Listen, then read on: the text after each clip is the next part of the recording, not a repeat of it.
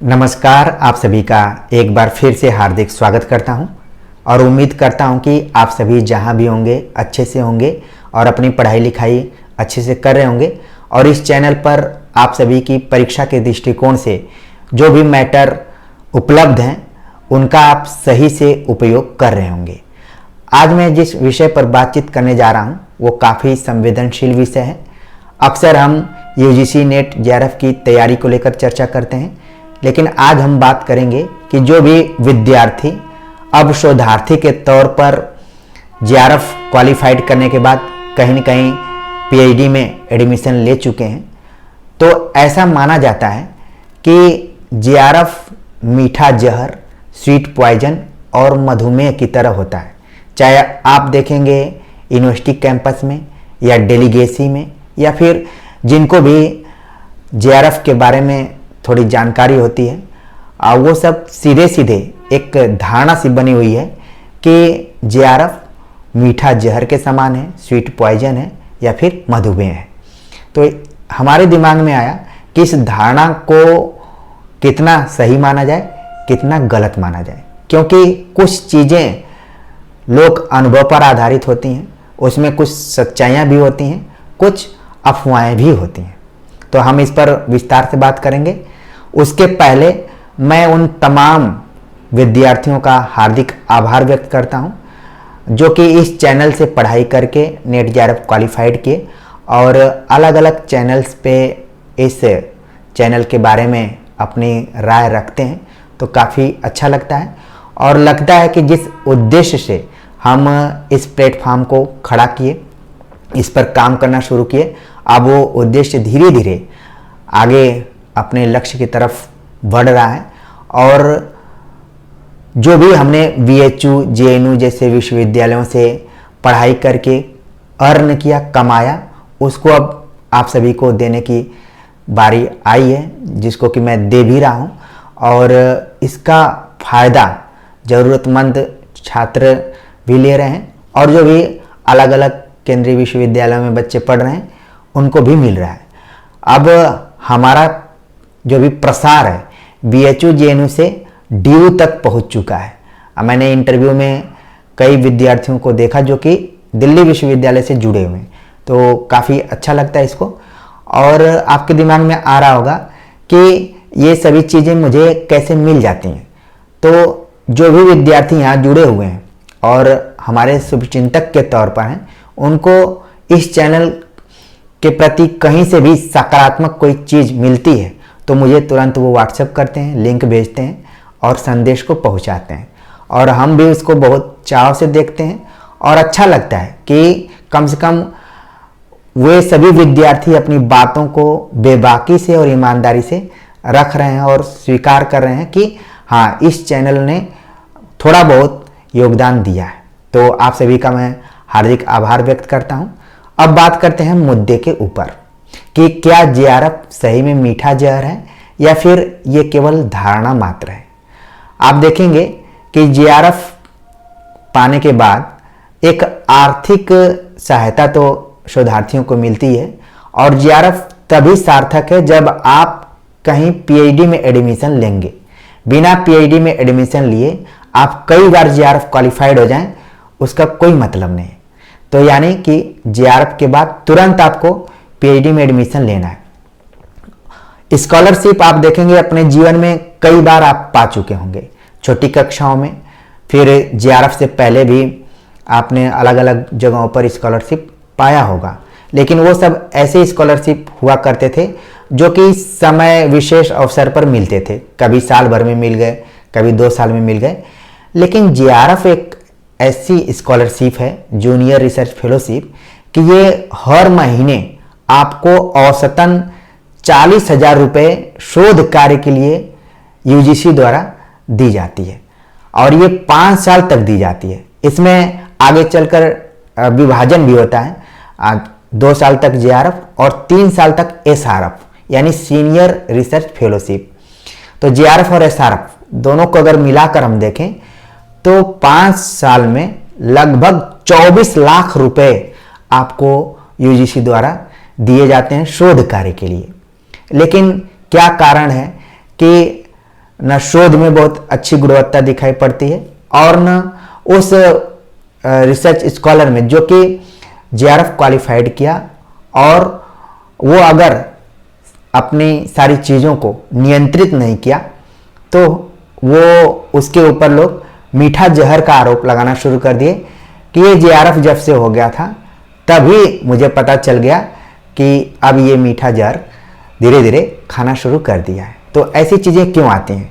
क्योंकि मैं कई बार ये अपने वीडियो में भी बोल चुका हूँ और अपने अनुभव से भी महसूस किया हूँ कि जेआरएफ एक बहुत ही छोटी सी उपलब्धि है। शुरुआत में जब आप क्वालिफाइड होते हैं तो लगता है कि बहुत बड़ी बात है, लेकिन जैसे जैसे आप आगे बढ़ते हैं, पीएचडी में 1 साल बीता, 2 साल बीता, 3 साल बीता, 4 साल बीता, तब आपको लगता है कि मैं तो ठीक है जेआरएफ था, लेकिन मंजिलें तो आगे अभी बहुत बाकी हैं।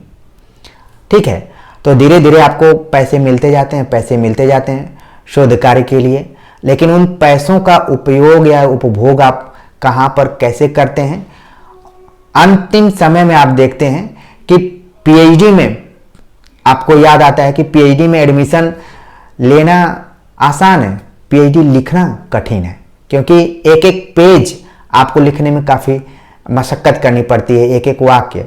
वैसे हमने देखा है कि ईमानदारी से अगर आप पीएचडी कर रहे हैं तो आपकी पीएचडी का पहला वाक्य हमेशा आपको अधूरा सा लगेगा कि इसमें और कुछ मैं अच्छा कर सकता था। तो देखिए, जब आपको जेआरएफ स्कॉलरशिप मिलती है तो सबसे पहले आपके भौतिक आवश्यकताओं में बदलाव होने लगता है। पहली चीज़, आपकी लाइफ स्टाइल बदलना शुरू हो जाती है। आप पहले जो सामान्य ब्रांड के कपड़े पहना करते थे, अब अच्छे स्पेशल ब्रांड के कपड़े पहनना शुरू कर दिए, जूते पहनना शुरू कर दिए। आप जहां सामान्य मोबाइल रखा करते थे तो आपके दिमाग में आया कि स्कॉलरशिप तो मिल रही है, तो हम क्यों ना आईफोन खरीद लें, हम क्यों ना एप्पल का लैपटॉप खरीद लें। मतलब आवश्यकताएं बढ़ती जाती हैं। पैसा तो आ रहा है देखने में, मैं कई बार विद्यार्थियों को देखता हूँ बड़े खुश होकर बताते हैं कि 40,000 मिल रहा है, लेकिन जब आप अपने इंद्रियों को कंट्रोल नहीं करेंगे, नियंत्रित नहीं करेंगे, तो 40,000 किसी भी चीज़ के नहीं है। इसीलिए कई बार हमने देखा है कि जिस 24 लाख की मैं बात कर रहा था, किसी विश्वविद्यालय के कुलपति ने कहा था एक बार, मैंने भी अखबारों में पढ़ा था कि जो भी विद्यार्थी जेआरएफ का स्कॉलरशिप पाते हैं शोध कार्य के नाम पर, लेकिन उसका उपयोग दूसरे जगह करते हैं। कोई बाइक खरीद रहा है, कोई लैपटॉप खरीद रहा है, कोई आईफोन खरीद रहा है, कोई कुछ खरीद रहा है, कोई पार्टी कर रहा है, कोई कुछ कर रहा है। इसी में धीरे धीरे जो 5 साल हैं वो पता नहीं चलता है। और आपको ध्यान में रखना चाहिए कि ये जेआरएफ सिर्फ 5 साल के लिए ही मिलता है, और अगर इसमें आप बहुत सारी चीज़ों को नहीं कंट्रोल किए, मतलब कि अपने लाइफ स्टाइल को, अपने आवश्यकताओं को, अपने फ्रेंड सर्किल को, ठीक है, नहीं कंट्रोल किए, तो हो सकता है कि आप अपने समय में ज़रूर जेआरएफ रहे हों, लेकिन बाद में आपको मुश्किलों का सामना करना पड़े, संघर्ष के जीवन भी देखने पड़ जाएं। तो नियंत्रित आपको रखना है। ये वीडियो मैं इसलिए बना रहा हूँ कि ताकि जो भी विद्यार्थी अलग अलग विश्वविद्यालयों में शोधार्थी के तौर पर हैं, खास तौर से मैं दिल्ली की बात करूँगा, क्योंकि मैंने बहुतों को देखा कि जो जेआरएफ क्वालिफाइड हुए तो उनके ग्रुप में काफ़ी बदलाव आया, उनसे अलग अलग ढंग के लोग जुड़ना शुरू कर दिए। उसमें मेल फीमेल दोनों को हम जोड़ सकते हैं। तो जैसे जैसे लाइफ स्टाइल बदला, लोग बाइक खरीदे, तो लोगों के दिमाग में आया कि पीछे की सीट भी भरी होनी चाहिए, कोई उस पर बैठने वाला जरूर चाहिए। तो लोग ऐसे मिल जाते हैं। अगर आप नहीं ध्यान देंगे, कई बार हमने देखा कि जब तक जेआरएफ का पैसा उनके पास था तो पीछे की सीट उनकी भरी पड़ी थी, लेकिन जैसे जेआरएफ का पैसा खत्म हुआ वो सीट खाली हो गई। इस संकेत को आप लोग समझ रहे होंगे।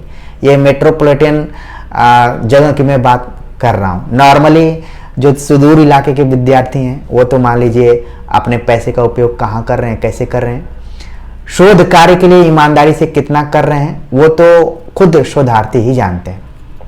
तो कई बार जो भी भौतिक आवश्यकताएं हैं उनको पूरा करने में जेआरएफ का पैसा ख़त्म हो जाता है।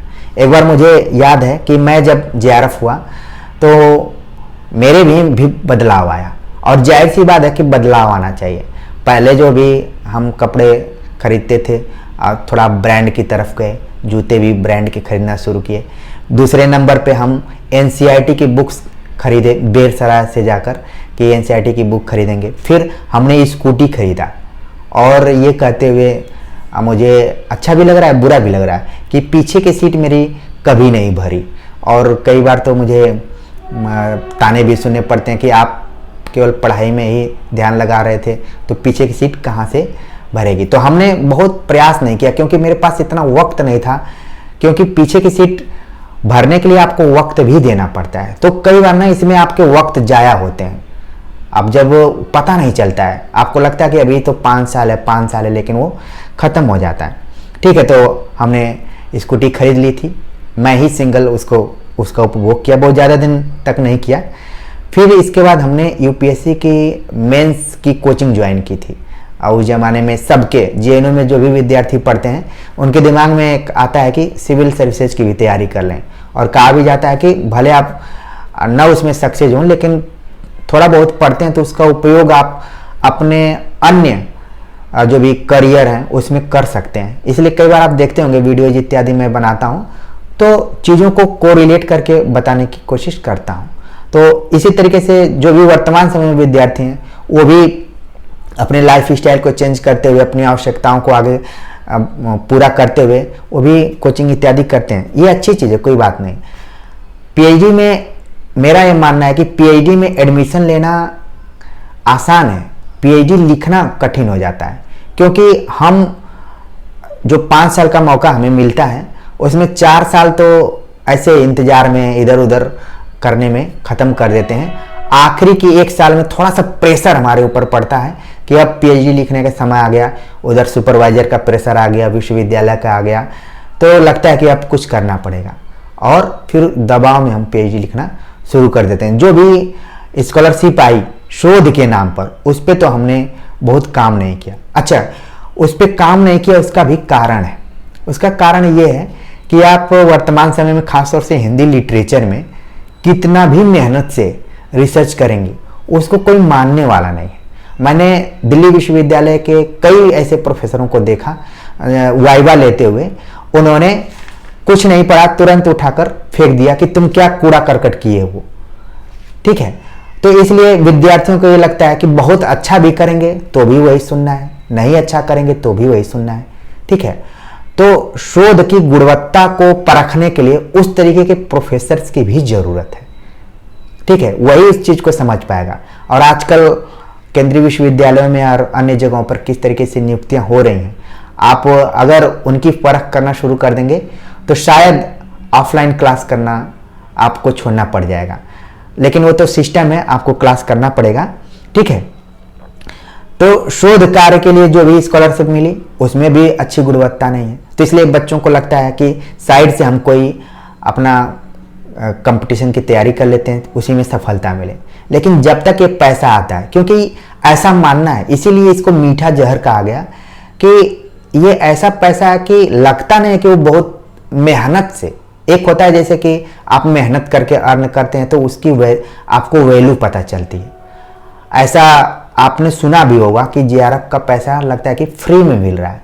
आपके सुपरवाइजर ने कभी कहा होगा या फिर आसपास के लोगों ने कहा होगा कि बहुत मजे कर रहे हो, जेआरएफ का पैसा उड़ाओ, जितना मन करे उतना उड़ाओ।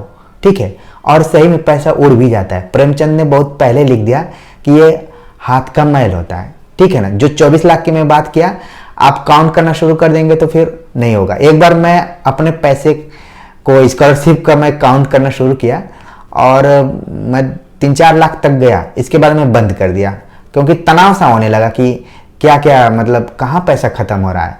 ठीक है, तो ये चीज़ है। तो अंतिम वर्षों में आप पीएचडी लिखना शुरू कर देते हैं, प्रेशर में रहते हैं, फिर इधर उधर से लिख देते हैं।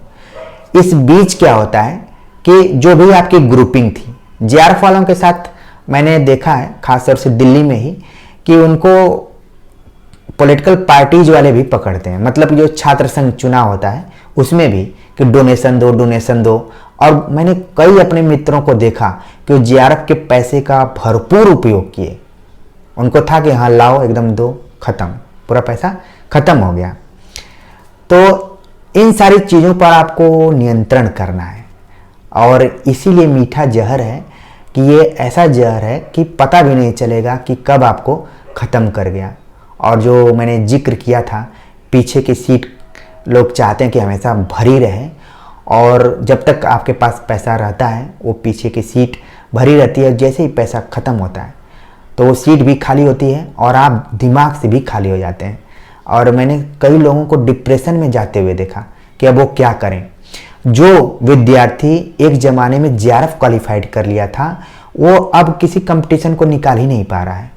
यहाँ तक कि असिस्टेंट प्रोफेसर का एग्ज़ाम हो रहा है, टीजीटी पीजीटी का हो रहा है, इधर उधर, उन सभी एग्ज़ाम को निकाल ही नहीं पा रहा हूँ। उसको लग रहा है कि मैं कैसा था, क्या हो गया। क्यों? क्योंकि उसने अपनी इंद्रियों पर या फिर जो भी अनावश्यक खर्च थे उनको कंट्रोल नहीं किया। ठीक है ना। तो जेआरएफ एक छोटी सी उपलब्धि है, आगे बहुत सारी चीज़ें। इसलिए आपको क्या करना है कि कंटिन्यूसली, निरंतरता में अध्ययन करते रहना है, और टू द पॉइंट। ऐसा मैं नहीं कहूँगा कि आप अपने लाइफ स्टाइल को मत चेंज कीजिए, अपने फ्रेंड सर्कल से कट के रहिए, अपनी भी जो भी दैनिक जीवन की ज़रूरतें उसको मत पूरा कीजिए। ये सारी चीज़ें नहीं है, सभी चीज़ों को कीजिए, लेकिन जिस चीज़ के लिए पैसा मिल रहा है उसके लिए भी उतना ही तन्मयता के साथ काम कीजिए। और उसी के समानांतर जितने भी फॉर्म्स निकल रहे हैं, चाहे वो प्रवक्ता का हो चाहे असिस्टेंट प्रोफेसर का हो, उसको भी भरिए। अक्सर विद्यार्थी कहते हैं कि सर मेरा 5 बार नेट हो गया और जेआरएफ नहीं हो पा रहा है। तो मुझे लगता है कि वो विद्यार्थी ज़्यादा बेहतर है। कम से कम जेआरएफ के चक्कर में वो लगातार पढ़ तो रहे हैं। और उनका आप ध्यान रखिए कि जो पहली बार में जेआरएफ हो गए, और जेआरएफ भी ना लक बाई चांसेज भी कई बार होते हैं, और जब पहली बार में हो जाते हैं तो ऐसा लगता है कि मेरे सामने कोई नहीं है। और फिर क्या होता है, फिर वही मधुमेह, स्वीट पॉइजन, मीठा जहर वाला रोग लगता है। और फिर धीरे धीरे अगर आप अलर्ट नहीं रहते हैं तो आपका न साहित्य मजबूत रहता है, और न जिस चीज़ में आप जाना चाहते थे आगे वो मजबूत रहता है। तो इसीलिए शायद इसी लोक अनुभव के आधार पर लोगों ने कहा कि ठीक है जेआरएफ तो क्वालिफाइड हो गए, लेकिन ये मीठा जहर की तरह है, इस जहर से बचने की भी कोशिश करो। और उसी क्रम में मैंने ये वीडियो बनाई हुई है। आप लोगों को मतलब इस तरीके से नकारात्मक करने के लिए नहीं है, बल्कि मैंने अपने बहुत सारे परिचितों को देखा, अपने कैंपस में जेएनयू में भी देखा लोगों को जेआरएफ क्वालिफाइड होते हुए, और अगर वो नहीं ध्यान दिए तो किसी कंपटीशन को वो नहीं निकाल पाए। फिर बाद में वही इधर एडॉक का इंटरव्यू देना, उधर एडॉक का इंटरव्यू देना, फिर किसी के गॉडफादर को खोजना, ऐसे इस टाइप से लगना शुरू कर दिए। और जेआरएफ के बाद आप देखेंगे कि अगर असिस्टेंट प्रोफेसर बनना चाहते हैं या फिर हायर एजुकेशन में जाना चाहते हैं तो तुरंत वैकेंसी भी नहीं आती है।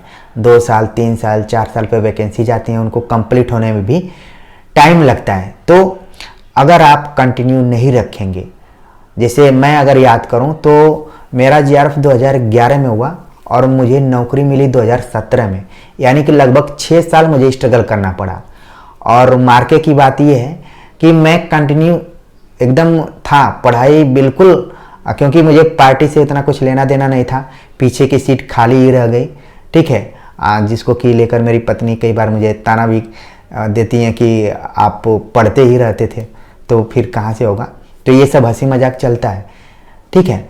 और बहुत चीज़ों को मैं नियंत्रित करके भी रखता था और टारगेट मेरा सेट था। 2011 में मतलब जेआरएफ होने के बाद 2012 से लगातार मैं हिंदी पट्टी के जितने भी स्टेट्स हैं, चाहे वो हिमाचल प्रदेश हो, हरियाणा हो, राजस्थान हो, उत्तराखंड हो, छत्तीसगढ़ हो, अपना उत्तर प्रदेश हो, ठीक है, गुजरात तक का भी फॉर्म हमने भरा था, इसके बाद बिहार का।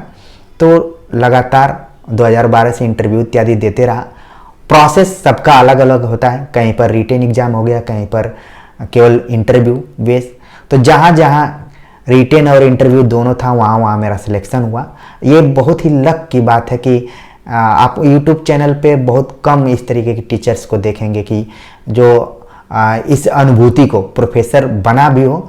और कई बार मैंने देखा है कि लोग नेट जेआरएफ हो गया फिर वो अपना पढ़ाना शुरू कर देते हैं। ठीक है, आर्थिक रूप से उनको मदद मिलती होगी, लेकिन उस अनुभूति को कैसे, जब वो किसी एग्ज़ाम को क्वालिफाई करें तब ज़्यादा विश्वसनीयता और बढ़ती है। तो आपको कम इस तरीके के टीचर्स मिलेंगे। ये मतलब मेरे अंदर इस तरीके कोई अहम नहीं है, बल्कि ये आत्मविश्वास है। इसीलिए मैं जुड़ने की कोशिश भी करता हूँ और छोटी छोटी जो चीज़ें होती हैं उनको बताने का प्रयास करता हूँ ताकि आप समय से पहले अलर्ट हो जाएं। तो इसलिए जो भी विद्यार्थी जेआरएफ हो गए हैं और पीएचडी में एडमिशन ले लिए हैं तो अपनी सारी आवश्यकताओं को पूरा करते हुए एक नियंत्रण में रखें अपने को और लगातार वो अपनी पढ़ाई को जारी रखें और पीएचडी लिखना शुरू करें। मतलब कि कोर्स वर्क ख़त्म हो जाए, इसके बाद वो धीरे धीरे उसके बारे में लिखना शुरू कर दें, क्योंकि पीएचडी लिखने की जो इस समय परंपरा चल रही है, 1-2 महीने में लोग पीएचडी लिखने की कोशिश करते हैं, जो कि आप देखें कहीं से भी तर्क संगत नहीं है। इसीलिए इसकी क्वालिटी क्या हो गई, धीरे धीरे गिरना शुरू हो गई है। और पीएचडी लिखना शुरू कर दीजिए। साथ में जो भी कमीशंस हैं इधर उधर, आपके अगर कोई गॉडफादर नहीं है, मेरे जैसे आप हैं, तो आप एग्ज़ाम देना शुरू कर दीजिए। ठीक है, और ये उस गौरवमयी क्षण को आपको भूलना पड़ेगा कि आप जेआरएफ थे। आप उन विद्यार्थियों को भी देखिए जो 1 से अधिक बार नेट है, वो हो सकता है कि आपसे कई मामलों में आगे हो, उसकी तैयारी ठीक चल रही हो। मैंने बहुत सारे ऐसे लोगों को देखा कि जो जेआरएफ नहीं हुए लेकिन कई बार नेट हुए और जैसे ही फॉर्म आया असिस्टेंट प्रोफेसर का, उनका सिलेक्शन हो गया, और जो पहली बार में जेआरएफ था उसका सिलेक्शन नहीं हुआ और कई साल तक वो भटकते रहा। तो उम्मीद है कि इस वीडियो के माध्यम से कुछ चीज़ें आपके दिमाग में ज़रूर आई होंगी कि जेआरएफ क्वालिफाइड होने के बाद और पीएचडी में एडमिशन लेने के बाद अपने को कैसे कंट्रोल करके रखना है। अगर ये बातें अच्छी लगी होंगी तो आप कमेंट्स ज़रूर करिए, और जो भी आपके सुझाव होंगे या फिर जो भी चीज़ें अच्छी लगी होंगी उसके लिए आपके कमेंट आमंत्रित हैं। तो मिलते हैं एक नए टॉपिक के साथ, तब तक के लिए नमस्कार।